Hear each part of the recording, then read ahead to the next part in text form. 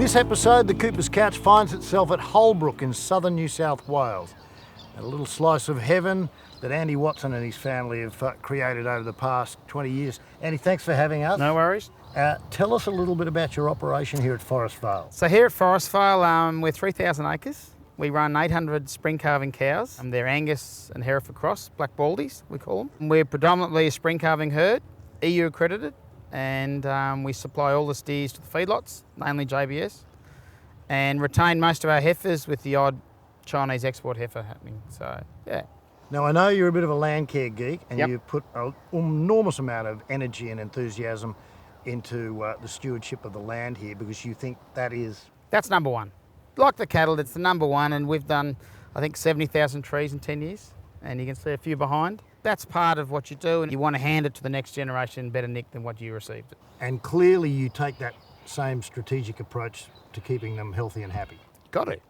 That's the number one, the welfare, and make sure the nutrition and everything else is at 100%. With that in mind, how much of an issue is BRD for you? Huge.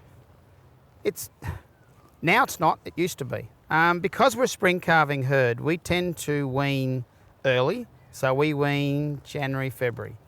And here in Holbrook, you can get a week of 40. You get a week of 40 with a bellowing calf, you're exposed to pneumonia. And about 10 years ago, I lost half a dozen calves, and I said, never going to happen again. So you think that's a really important part of the it's management just, tool? yeah. Especially with the dust and the heat down here, you have to. We give them 3 vaccines before they hit to the feedlot. At 8 weeks, when they come in for calf marking, they'll get a Bovilis MH+IBR, their first one. A month later, when we rotate the bulls, so they come in the yards again, they get their second shot, so they're boosted. So when we wean and pull that trigger at weaning any time, they're fully up to here with vaccines. Their exposure to pneumonia will be minimal. And then the following winter, we'll give them another one, and that's the pre-feedlot vaccine. Now, we understand that there are some feedlots that actually pay a premium for that Yes. kind of preparation. Yes, they do. There's several feedlots that do that, and I think they all should do.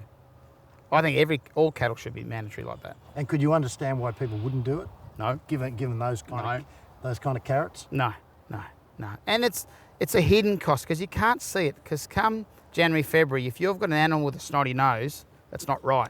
He's not eating, so he's not doing. But a lot of people can't see that.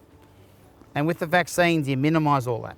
So from your experience and your insight, what would you tell people about using Cooper's Bovilis MH+IBR? They're mad if they don't, because the exposure to pneumonia knocks an animal for 6. It's often the best ones, it's the strongest ones, and an animal's lung is only this big. It can't afford to get any sort of infection.